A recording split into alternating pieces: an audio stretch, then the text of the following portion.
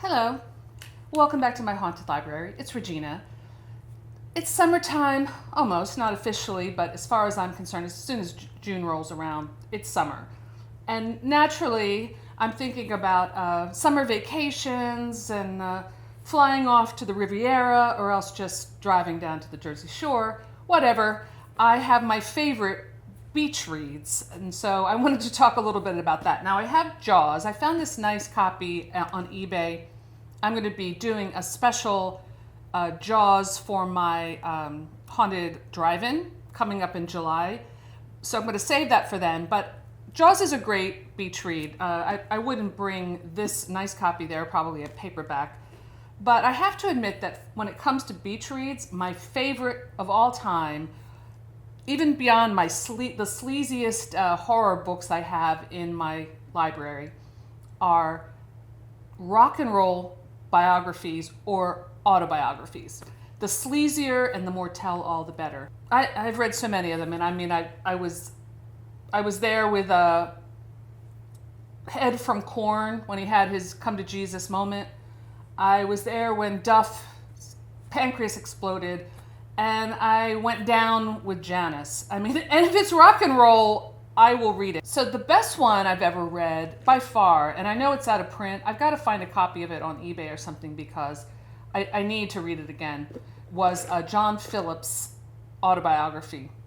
That was amazing. I felt like he was really being super honest about everything, and not just about rock and roll, but of course the drugs, and just, it was a great, like, I can't really call it a recovery memoir because the guy, I mean, he really just destroyed himself, even with his new liver.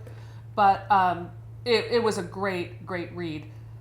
One of the most boring ones, unfortunately, was the one about Anne and Nancy Wilson, who I love. I love Heart. But that one was just, you can tell when the rock star is trying to, like, kind of preserve their image. And that one just kind of came off, unless their lives were that boring, it just came off kind of boring. And the worst one I ever read, by far, was Steven Tyler's If You Could Hear the Voices Inside My Head or whatever. I don't want to hear the voices inside his head. That was incomprehensible, even for a beach read. But the one I'm currently reading for the second time, which makes it a real guilty pleasure if I'm doing it twice, because I have so many books that I don't say need to read, but I should be reading. But I just felt like I'm in a vacation kind of mood, even though I'm staying at home. It's like a staycation. I am reading Storms by Carol Ann Harris, my life with Lindsey Buckingham and Fleetwood Mac. Now, I'm a huge Fleetwood Mac fan. I will read anything about them. Now, Mick Fleetwood's autobiography was very good. I need to get that again and read it again. I really wish Stevie Nicks would write one. I mean, that would be the ultimate if she would actually be honest about all the men in her life. It would be incredible. But this one is kind of the next best thing. Carol Ann Harris is a woman who was Lindsey Buckingham's, like, old lady from right when they were mixing the Rumors album, which of course was their huge album. It was like in 1978, I believe. I was in high school when that came out, and that was like such a great record, and I'm still listening to that record today. And it follows from Rumors all the way through, like, the Tusk tour. And there's so much cocaine on the page, like, you just can't believe it. Carol Ann Harris was kind of just like a sweet young woman who was working in a recording studio in, was it Sausalito, when they were mixing Rumors. And of course, Lindsey Buckingham and Stevie Nicks had broken up during Rumors, and he started dating Carol Ann, and with, a very short time she moved in with him, and they were, like, really close. Now, I've always had a huge crush on Lindsey Buckingham, but that I wouldn't wish being his girlfriend on any woman, because not only is it kind of gets into the horror of sharing your life with a musician, a rock star, but the guy, as he says in his song about his little demons, well, he's got more than just a little demon. He's got, like, major demons. And poor Carol was really abused by him. I mean, at that time, I think people tend to look the other way, But, I mean, there's some really harrowing scenes where he chokes her and he kind of goes into a rage. He drags her by the hair out from Christy McVie's into her driveway and drags her in the car.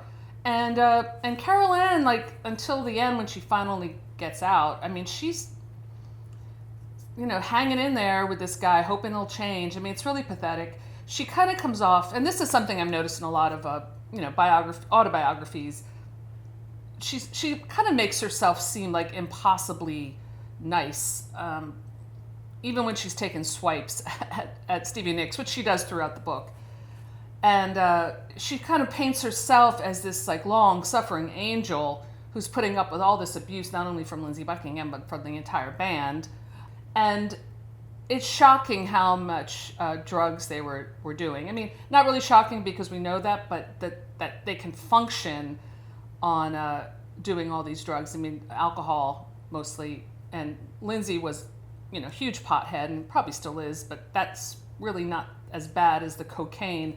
The cocaine was flowing, and Carol Ann developed a bad habit as well. And we know Stevie Nicks did with her, her hole in her nose.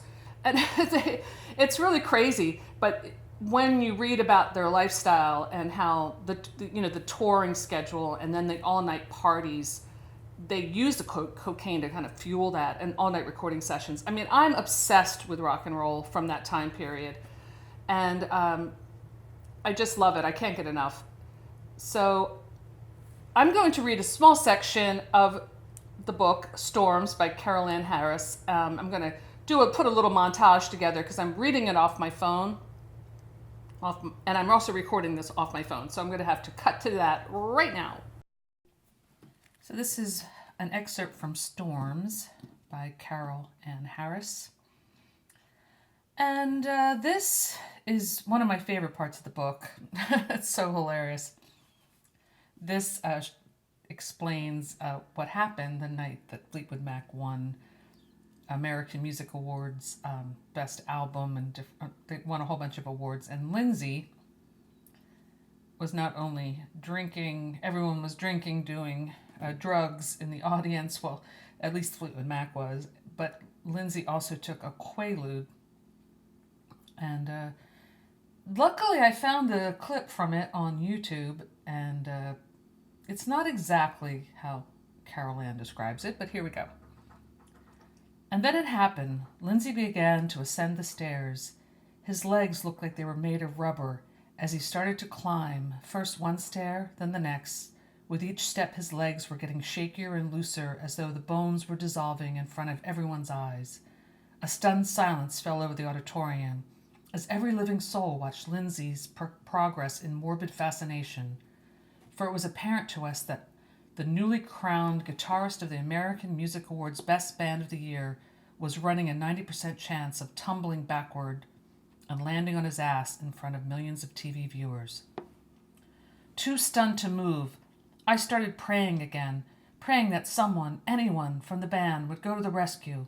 And once again, my prayers went unanswered. Stevie and Christine, faces hanging slack in shock, stood in dead silence as they watched in horror his stumbling, bandy-legged ascent. Lindsey continued to climb, legs quivering, face beaded in sweat, looking like a character from a B-movie who'd been shot and was dragging out his last moments on earth as he mounted the steps to the pearly gates. As if the spectacle wasn't bad enough, Lindsey was not headed toward the podium on stage left. Instead, his superhuman effort was leading him to the opposite side of the stage. He was so cross-eyed, perhaps, that his line of destination was completely on the wrong side of the platform. Rising from my seat, I was on the verge of bolting to his rescue when, miraculously, he made it to the top of the stairs, swaying and grinning like the Cheshire Cat from Alice in Wonderland. He made a little bow toward his captive audience and waved hello. Throughout this nightmarish exhibition, I tried to keep a smile on my face, frozen as it might be, at least mask the sick feeling of dread that was coursing through me like electricity. At least I hope it did. Just as I felt as though I might scream at the bands, "For God's sakes, go help him," Mick and John raced across the stage and grabbed Lindsey by the arms, guiding him none too gently to the podium. Okay, and then the next part, Lindsey throws up in Dick Clark's office. So that is one of my favorite sections from this fun, sleazy rock and roll beach read. So that's Storms by Carol Ann Harris. That came out in 2007, and this is my second time reading it. And boy, it's a great read as far as if you're looking for a really good, entertaining, very sad actually at times, scary book about rock and roll and Fleetwood Mac and all the kind of backstage bitchery. So now you know my favorite type of guilty pleasure beach read. So I really am dying to know what yours are. So comment below, and I will see you soon in my haunted library. Bye.